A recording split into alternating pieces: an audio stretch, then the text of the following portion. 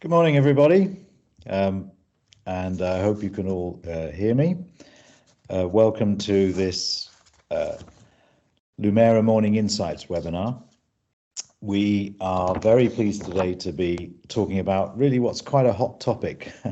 Since we began organising this a few months ago, the whole world of AI seems to have exploded, and everything from a dystopian view of the future through to it helping mankind realise enormous benefits has been covered in the press. So today we're going to try and put some perspective on that in the space of our industry, the life and pensions industry. So welcome. If I can ask that you could have your cameras and microphones switched off during this, that would be very helpful. And also we will put together a pack at the end and share a recording, plenty of links to some of the things we talk about, and the slides to you all at the end, and also answer any questions that you would wish to put to us. If you could put by email to myself or your contacts at Lumera, that would be great. So if we can launch in, we have a way of thinking of this is the opportunity and challenges of using AI to build the future of the life and pension industry. We are very conscious that there is enormous potential from the use of AI. And as having set up a few years ago the AI startup AI London InsurTech, which Lumera acquired last year, that's given us this momentum, the scale and smarts of Lumera's technology stack combined with our AI understanding to create something very special. But there are challenges when you have the CEO of Google saying that he's worried about the pace of change and the lack of regulation. You know that there's something to be thinking about. I find that ironic, as pace of change is not really something we associate with life and pensions, and lack of regulation is also something we don't associate. But I think we get his gist that there's something going on here that we all need to consider, and has great potential to do good and to cause problems. What I've put onto this slide is just 3 logos that give some depth to what's happening outside of our industry with the application of AI. The first logo is the ChatGPT, which is this. Many of you, I'm sure, have used it, might be using it in business, or have certainly played with it. It's become enormously successful. It's gone to hundreds of millions of people and is more popular than TikTok was, which was the previous biggest digital system to get adopted by people. So it really has gone out there and changed a lot of people's perceptions of what technology can do. The 2 companies I've put up are interesting just from how AI is moving out into industries that traditionally haven't seen that direct benefit from automation, which is the traditional technology driver, automation and data analysis. So Tempus is a medical AI that is creating a platform where clinical staff can go and lodge molecular biological images, and it will come up with recommendations of what the next best action is for clinical care. And I think you can all see how that can be a benefit to the medical industry, but equally will create an uneven playing field for who gets access to that kind of technology. Harvey is perhaps closer to home in terms of being a legal AI, and this is very powerful in the area of contract analysis, due diligence, and regulatory compliance. And I think we can all see how, if you think about the complexity in our business of contracts and performing KYC and maintaining regulatory compliance, having a platform that can speed that up and provide it much more efficiently is going to be valuable. So that's some background to the opportunity and challenges. I think it's an exciting time for the life and pension industry because we are awash with data and we are very good at managing rules and specifications and understanding how our products work. So you take those and start to apply the power of AI and you have something quite special. I want to put the context that here at Lumera, we are very keen to constantly engage with our stakeholders and the community that makes up Lumera, both customers, partners, potential customers and employees. And we do this through a number of mechanisms. One of them is these twice a year morning insights. But the other is something called the Lumera Pulse Survey, which we ran last month. And thank you to the hundreds of people externally and internally who responded. And we asked about AI. And critically, we said, how important is it? And a vast majority said, very good. I like the 6% said it's irrelevant. I'd like to meet them. We asked where the biggest opportunities were, and they clearly were in operational efficiencies and in improving customer experience. And we asked what the biggest challenges were, and that was seen as internal data skills and resources. Digging into those, I'd like to cover what we're going to talk about, introduce our speakers today. We have a very powerful group of people from across the life and pensions industry. I'm pleased to welcome Mohammed, who is the CEO of Hire Insurance, with whom we, Lumera, have been building for a couple of years now what we believe to be the world's first AI-powered insurer. Mohammed's going to talk to us about the value that he sees from adopting AI. We also welcome Mark Salthouse, who some of you may know from his time at IFGL and RL360. Mark is an expert in understanding the business processes and potential for value creation from those processes through the value chain of insurance. And he will be talking to us about what role AI can play in these industries and what the future life and pension provider might look like. And I also welcome an old friend, Sami Sadoui, who is both Lumera UK's head of AI and also a PhD student for the last 2 years at the City University of London, where he is working with our support on a PhD to close the financial advice gap for life and pension companies, something very, very relevant to us. So if we move on, I'm going to introduce us to our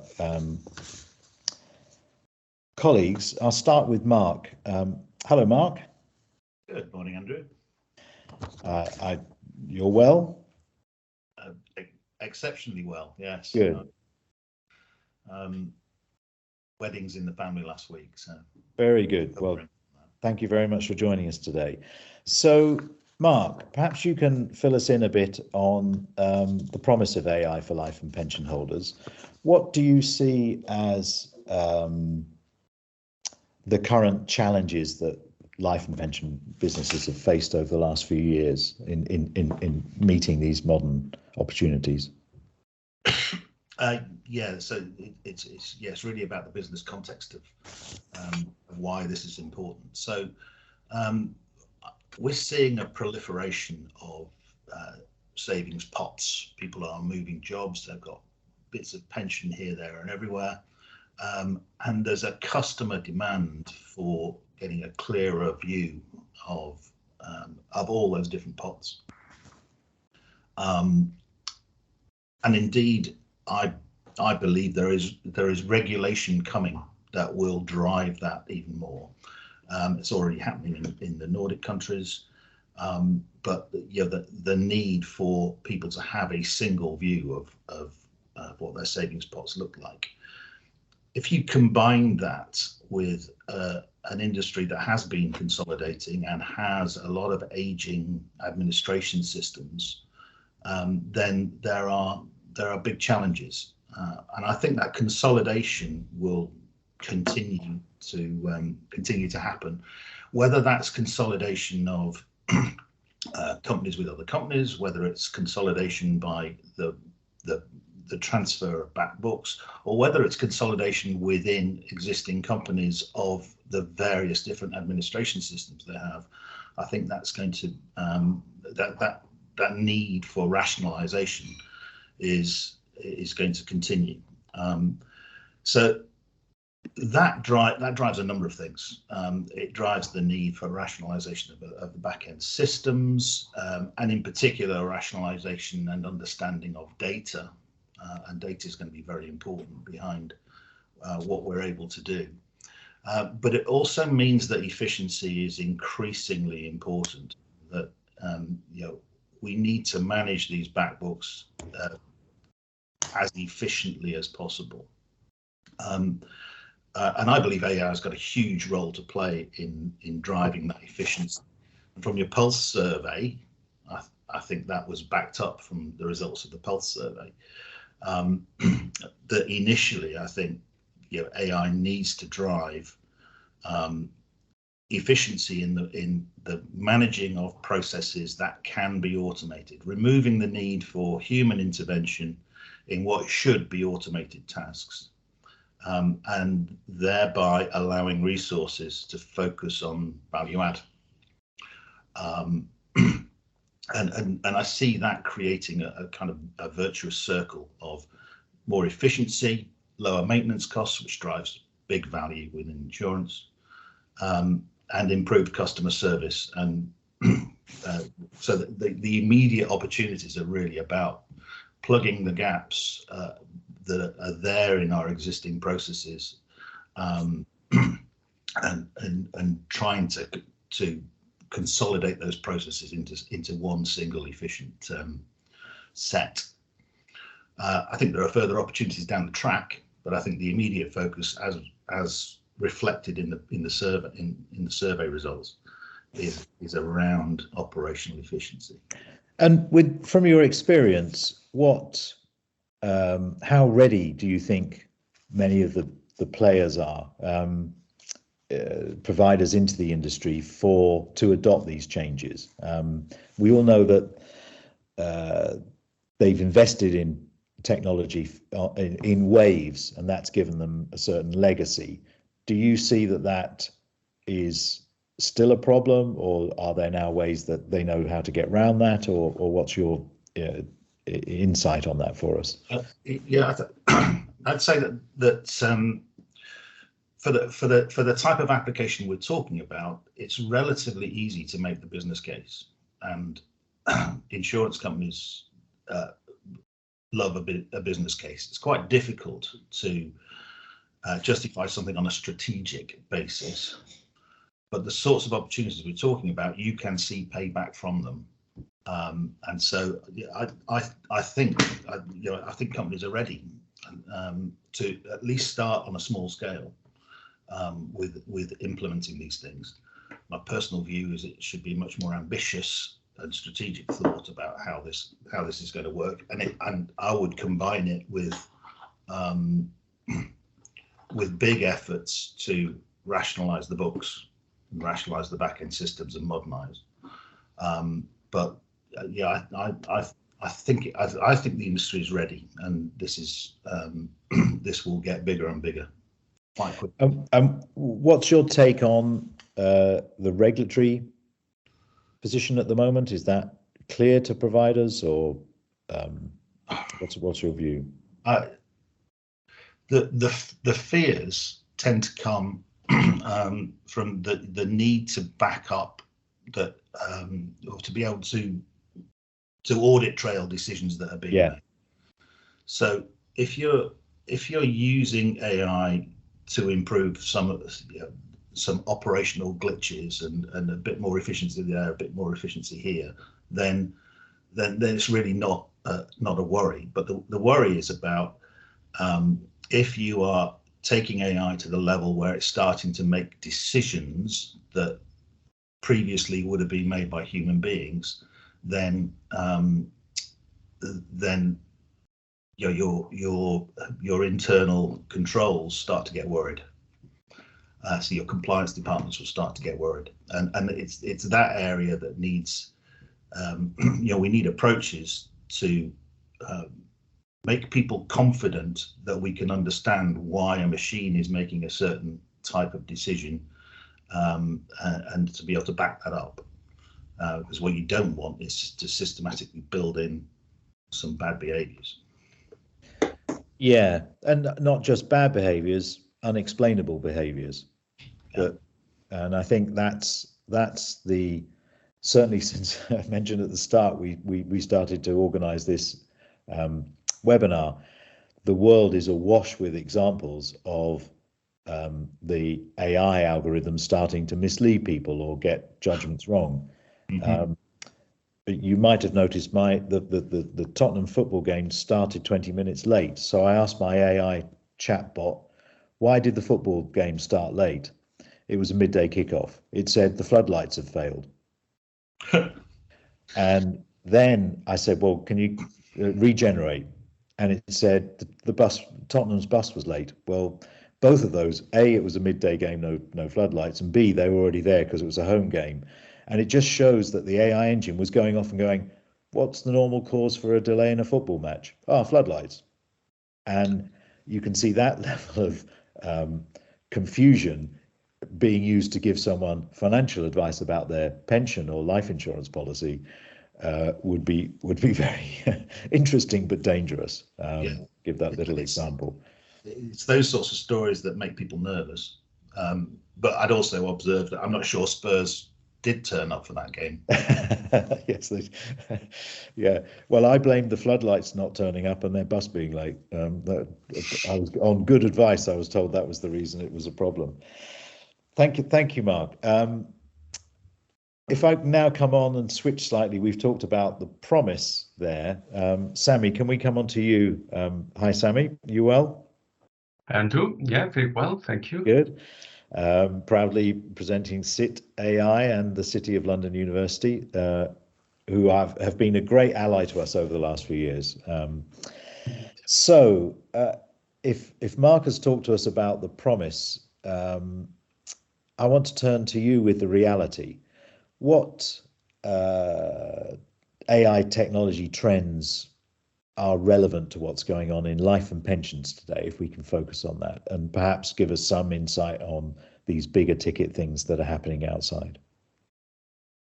Okay, so from the technological perspective, the first obvious observation about the development of AI today is the democratization of the pre-trained deep neural networks in computer vision, and also the what we call large language models in natural language processing and understanding, such as BERT, Roberta, T5 GPT, your misleading virtual assistant, and many more. So this democratization is due to Transformers AI architecture, and also to the community-driven open sourcing of large AI models. So thanks to these two factors, collectives are able to compete with large labs. Some other interesting advances in the core AI today would be the advances in the knowledge transfer between AI subfields such as natural language processing to computer vision. So, Sammy, if we can just dig into those 2 points, because I think you and I have a familiarity with them, but natural language processing, give us an example of how people on this webinar might see that. Yes, for example, natural language processing can be used for document classification in the insurance industry to automatically classify documents by understanding the context and the sense of text. For example, natural language understanding specifically can be used to categorize customer emails using a topic extraction and automatically address them to the appropriate team, or even apply sentiment analysis. Another interesting task. Hold on, Sammy. Let's just explore sentiment analysis. So that sounds emotional. What's it done in applying sentiment analysis?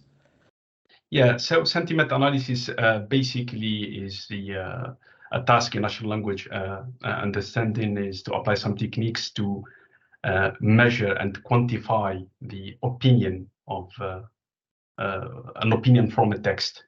So it could be an opinion about the product, it could be an opinion about an aspect of the product, about the premiums, or about the type of the product itself. Or the service they've received. Of the service, or yeah, can be applied from customer onboarding to claim management. And it's basically looking to see if they like it or don't like it or are confused. So there's a real relevance to what life and pension companies will be looking for from such a model. Yes, by understanding the opinion of the consumer, the provider can improve their services. Yeah. Very, very interesting. Mark, do you see that as something that would worry people or fill them with excitement?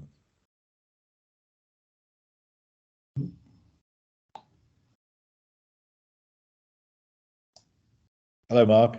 Sorry, yeah, just trying to get off mute.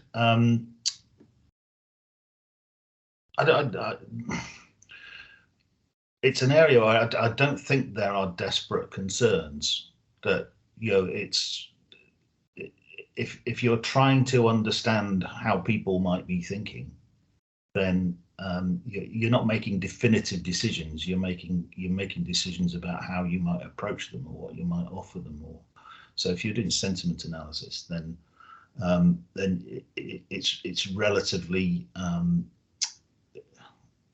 you're not making firm decisions about where someone should invest. You're making decisions about how you might approach. I think that the interesting point is that inferences are being made, and so people might be categorized in certain ways as happy or unhappy customers and might be pushed to certain channels. So there is an impact of, as Sami described, those sentiment analysis outcomes.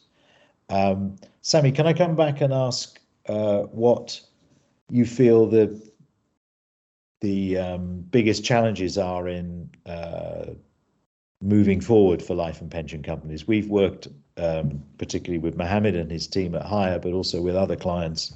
What do you see as what people need to be mindful to take advantage of this and not fall foul of AI?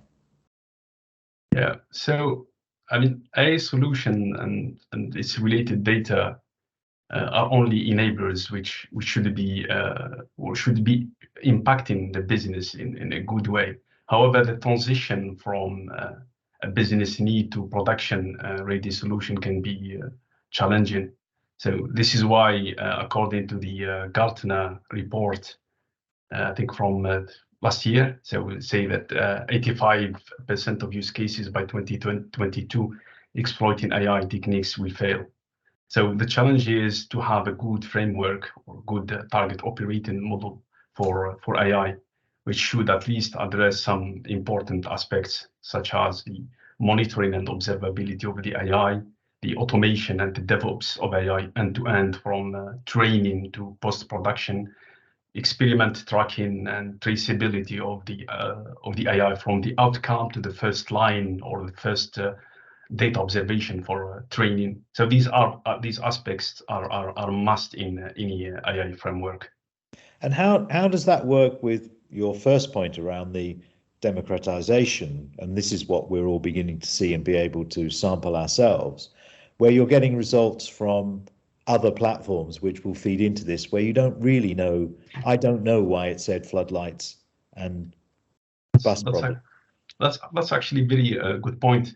I mean, from the technical perspective, again, what your the type of your assistant is obviously a generative model. What does it mean is that the model that generates answers from its implicit knowledge. So and it's moderately unsupervised, isn't it? It is unsupervised. But the thing is that something you could explain to our colleagues? Because I think an important concept for people to have in mind is this unsupervised versus supervised. And in our regulated world, you and I, over the last few years, with support from Mark and Mohammed and others, have sought to bias things towards a supervised so that we know what happened, but that limits its potential. What's your thoughts on that?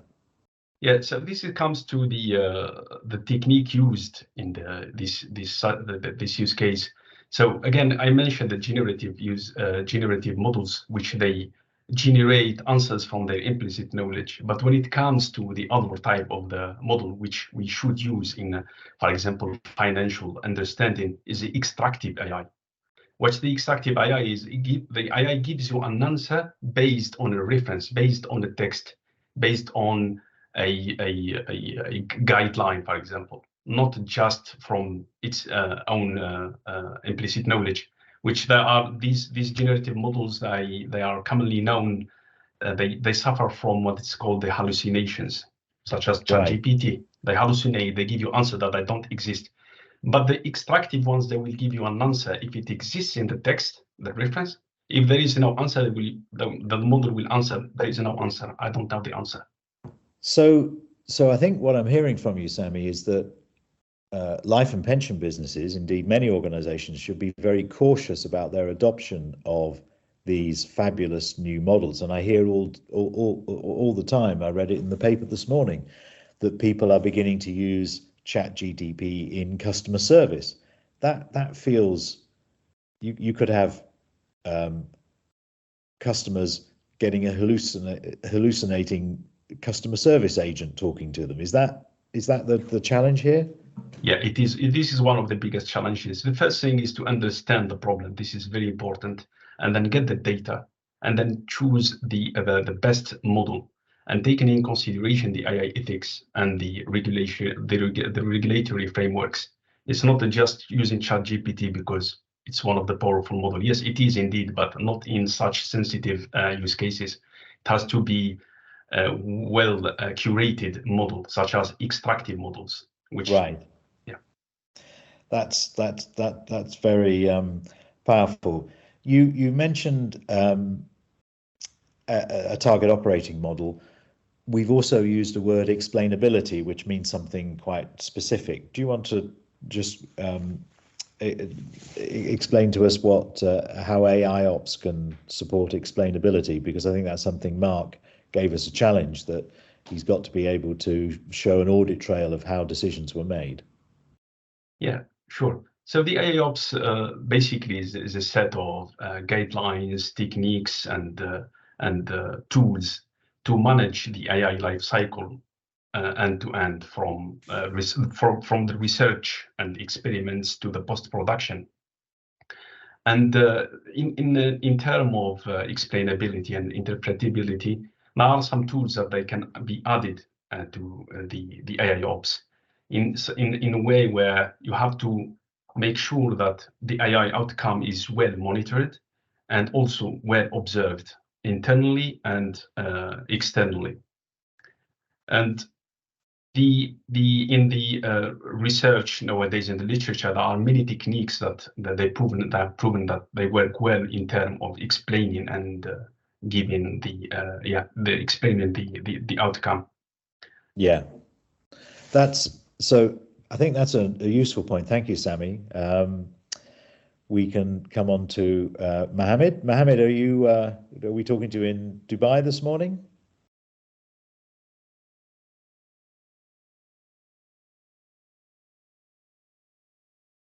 Yes, correct. Hi everybody. I'm actually in Dubai indeed. You are an international traveler, so I never know if you're in France or Dubai or Abu Dhabi or somewhere more exotic. Welcome. So we've had the promise from Mark and a good taste of the reality, and I think that's given us all some useful foundation ideas around explainability, AI ops, and target operating model. However, you're really driving the industry with this this opportunity that you have to build what we believe is the world's first AI-powered life and pension business. What perhaps you can give the participants in this call some of the backstory of Hire, how you've come to be in this position. Yeah, thank you for this question. Actually, we used to be called AXA Link Relations, And as the name can give you away, we used to be part of this multinational. And as you know, many of these very large multinationals are actually very traditional for various reasons. One of them being the legacy of policies and of processes and of people as well. And actually, we were in the situation where we observed that the UAE as a country, the United Arab Emirates, is a very modern country, very digital in many aspects. But the insurance industry was not. So basically, the conclusion we had is that we were in a very traditional market, in a very traditional company, being in a very traditional market, and we really wanted to disrupt that. And we think that you know there was really something to be more relevant for people in terms of life insurance in the country, where actually the penetration is very low. Although there is actually no pension being granted by any kind of social security or state-sponsored scheme for the expats, which make up 90% of the population. So we thought it was really the way to go, and we changed AXA Agriculture, we transformed it into Haya. Haya means life in Arabic. And we wanted Haya to be really the one-stop shopping for life insurance and pension needs for people in the UAE. And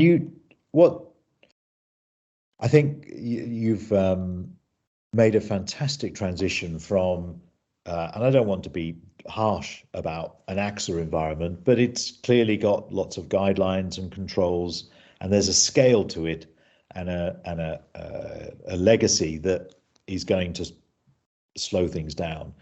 You've had great support from your stakeholders to drive out. You've given us some of that vision.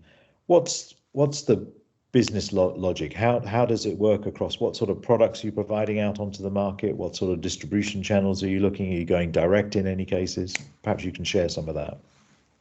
Yeah, so first we had to align many of the value chain of insurance, so including reinsurers, including our shareholders, and including our partners, the distributors.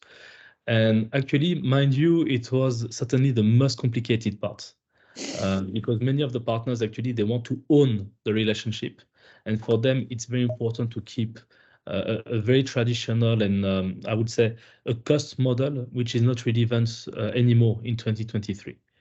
And this was one of the biggest challenges that we had.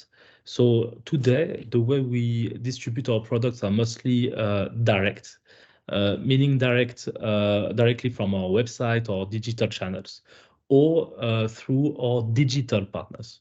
So we work with aggregators, we work with banks, but only banks. We work only in a digital bank insurance environment. We don't work in the traditional bank insurance environment, and we think it's the right way to do it.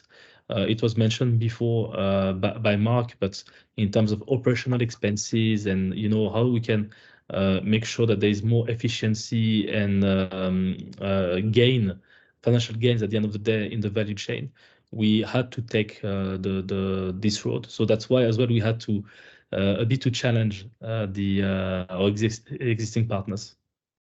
I guess one of the what do you think the paybacks are from this commitment to AI and automation? What's different about the business you will build here than you might have built if you were still within a large multinational provider? First, I would say the clientele we are getting is not the same. We are getting customers who are much more, I would say, much more educated actually, because they like more the digital kind of products. They're a bit more aware actually of their products as well than the very traditional, which is more kind of push sales mode. For us, it's more like people are literally picking up the products by themselves. And we get a younger population, I would say, as well, which is interesting. The other thing as well, and I've always found it's a bit one of the issues of the insurance industry as a whole, is that we are in a very transactional industry, meaning that the only touch points you have with your customers are at the time of paying a premium and at the time of a claim, if any, and that's it.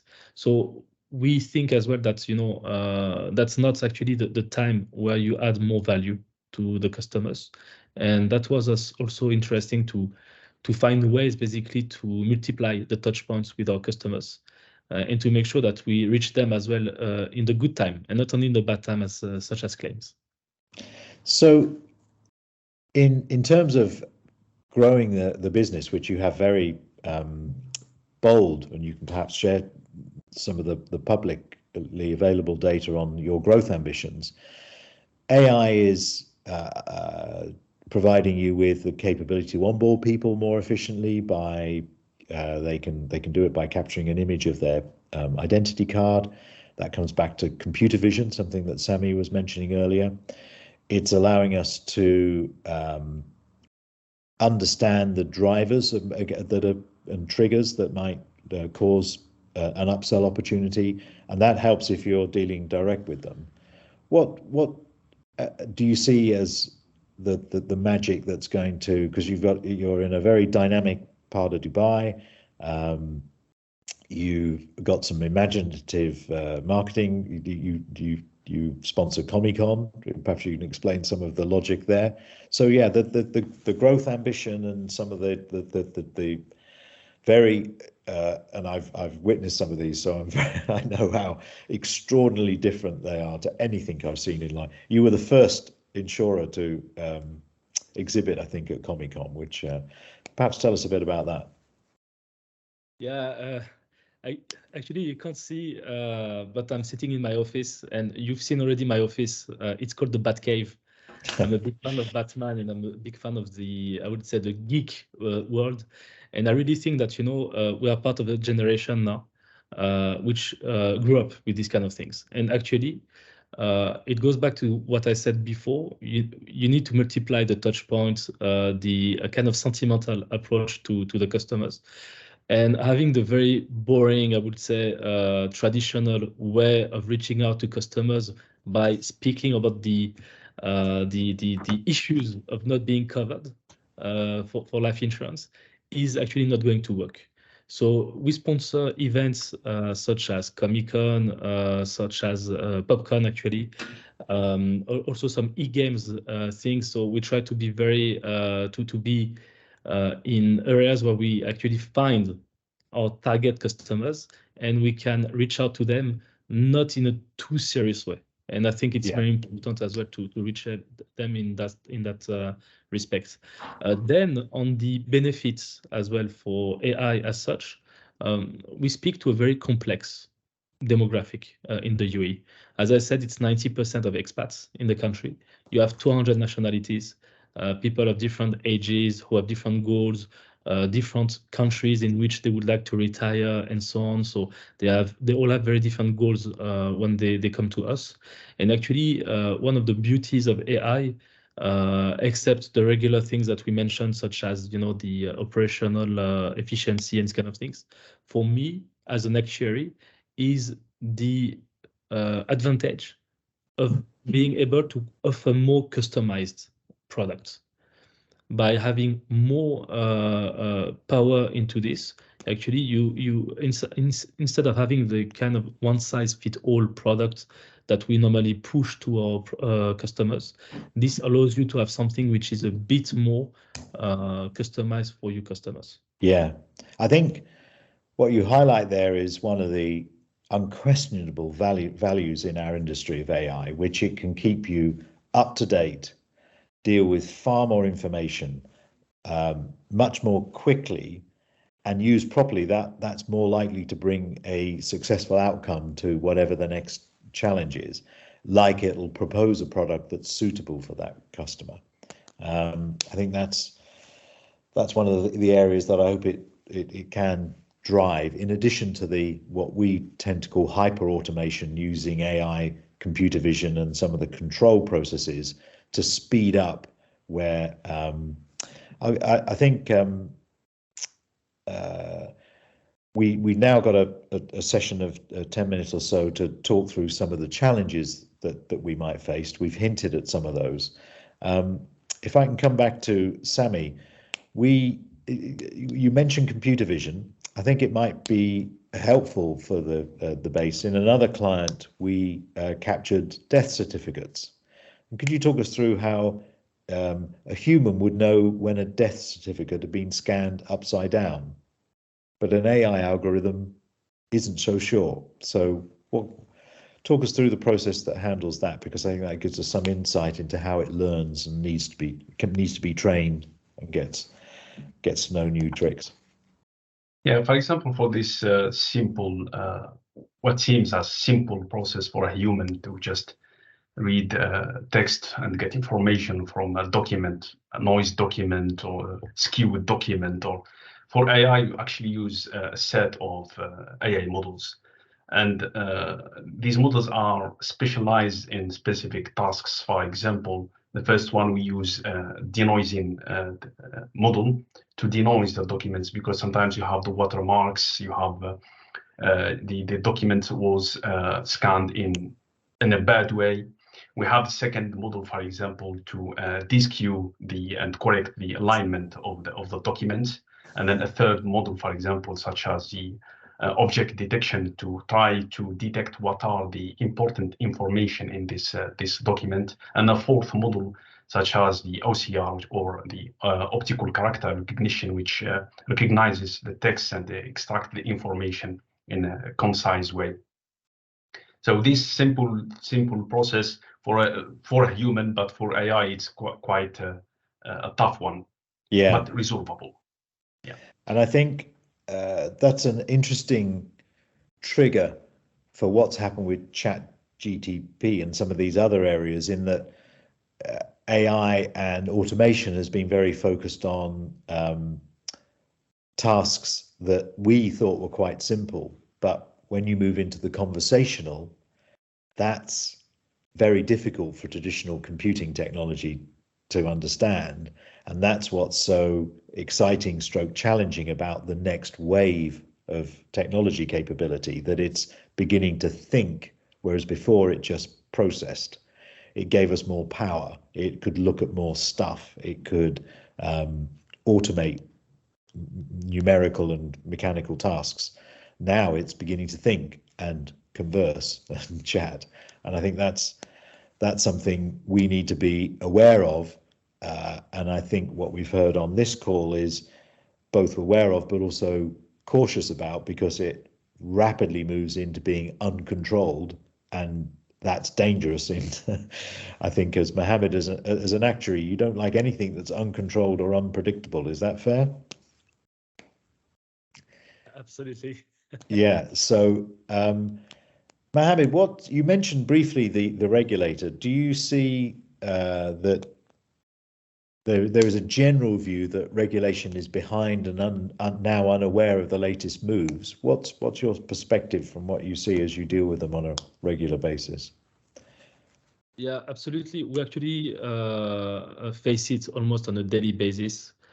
So you try, and I really always insist on the word value chain. So you try to improve the value chain as a whole, and regulators are part of the value chain at the end of the day. And what we see is that we have very obsolete policies, guidelines, and so on. And actually, the regulators are much more open to discuss it than you may think. And we do raise these kind of issues with them, and we do say that we feel, that being AI powered, being digital, and so on, it does bring up for us some issues with the regulation, or the way the regulators are working with us. And actually, they do recognize they're lacking behind, but there is a general view as well that they say you are on a hybrid market, basically, where you have very traditional players, and you who is more like on the digital side, on the AI side, and so on. And for them, it's very hard actually to keep up a kind of hybrid environment. And one of the things they have to do is to level for everybody. And you actually feel sometimes the pain for them, because they would like to be a bit less bureaucratic or these kind of things. But clearly the regulation is lacking behind. And I think as well that's our part as part of the insurance industry, to make them aware of the gaps they have, and to make them aware as well that there is much more progress to be done. Regulators have not changed in the last 40, 50 years. The processes are the same. Laws have changed. Yeah, there is more financial criminality regulation or these kind of things, but the processes and the ways of working is the same. They will come to your office, inspect your processes, your files, and so on. And when you go, when you are very digital, they don't know how to read it, they don't know how to inspect it, they don't know how to investigate it. And that's part of the thing. So they ask you basically to convert to a format they would understand, and that's what is creating this issue. There's been a very interesting shift in the UK regulatory framework, in that apocryphally it's described as, under the previous regime, you sent a one-page summary once a month from the compliance department, and now they want to come in and look at your databases and the tables, because they know that providers have the data, and if they don't, then they're at risk of not being compliant. And Consumer Duty is a really good example of that in the UK, where proving that you understand the desired outcomes of the policyholder is going to become a key test. And if people go, well, that the broker had that won't be satisfactory anymore. Mark, if I can come to you, what challenges and issues do you see, either resourcing or ethical or compliance? I think you've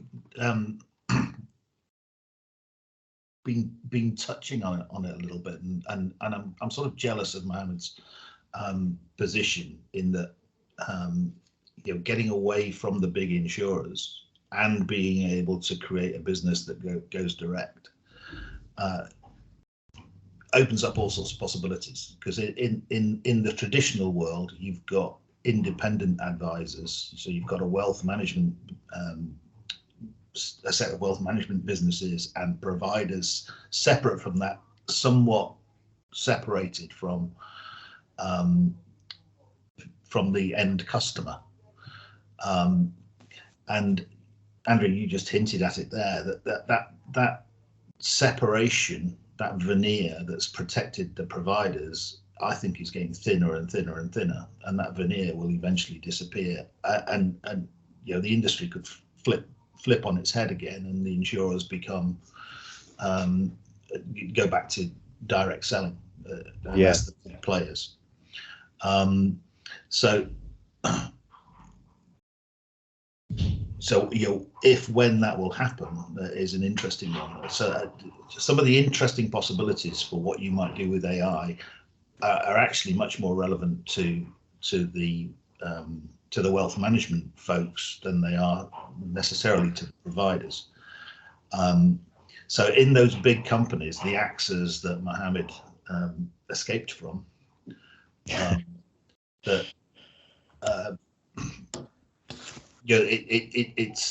it's going to start smaller. It's going to be much more about small operational improvements and getting the capability, building the capability and the frameworks and the understanding that are going to be required to take the further steps at a later point. You know, I think the challenge the challenge is going to be about just getting moving. In the big multinationals, it's getting moving, getting the infrastructure and the capability in place and getting comfortable with it. And as we start to draw to a close, Mark, that feels like your one key takeaway, that it is how the bigger players are going to engage in this process of taking on board AI and automation. Yeah, and you know, Andrew, I put it a bit stronger than that.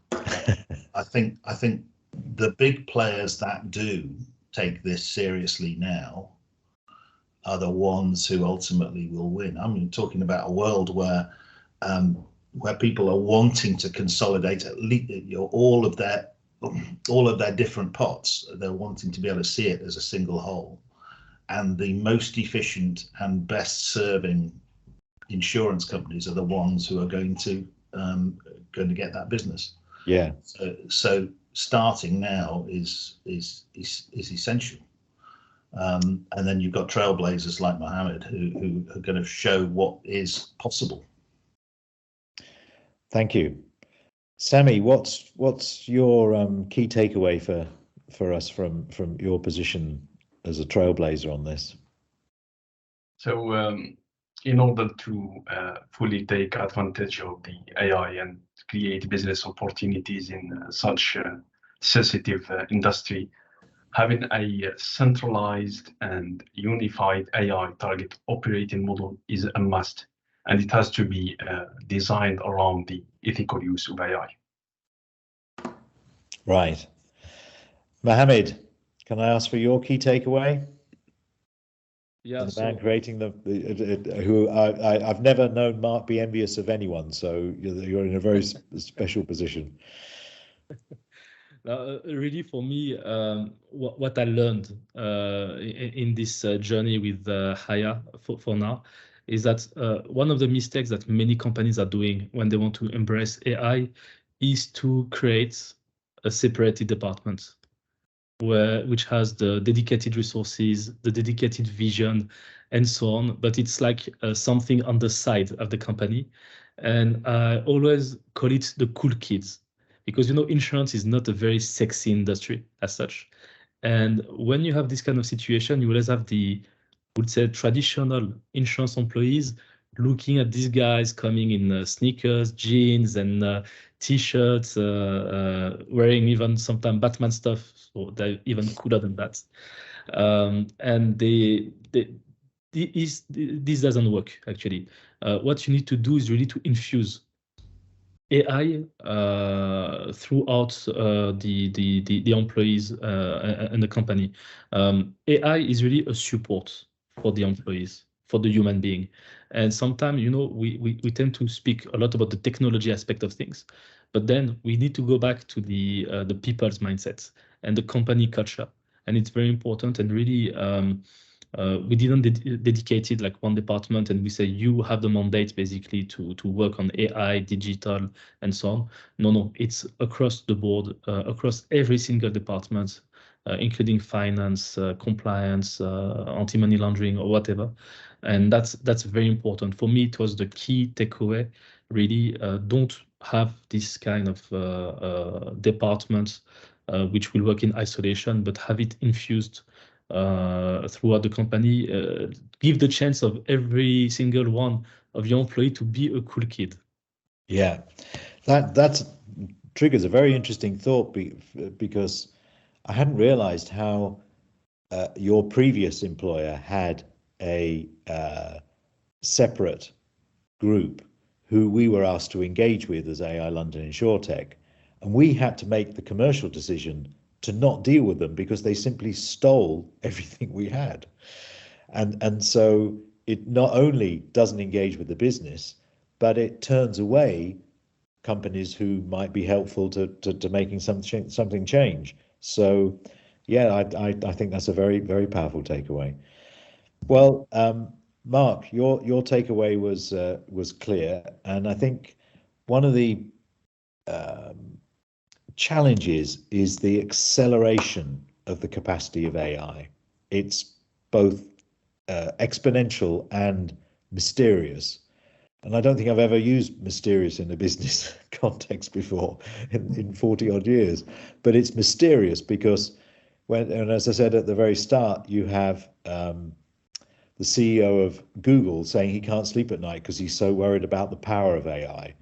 And when asked, well, what's disturbing you? He goes, well, I don't understand, and we don't understand what it's trying to do. And of course, some of these companies are now getting massive funding, and companies, Sammy can tell us, like OpenAI have gone back to being privately owned. They were open source. But the justification for that is you can't have something so powerful out in the public domain. So there is this realization that there is a power behind AI that, uncontrolled, can possibly do some great damage. Is there any last comment that any of my colleagues want to make? I think we're at an appropriate point. We can wrap this up. Great. Well, thank you, Mohammed. Go and get some lunch if you haven't already. Thank you, Mark. And Sami, thank you. And thank you, everybody, for joining in. As I said at the start, we are going to, if you can pass any, I have a closing slide, which I'm being reminded to share.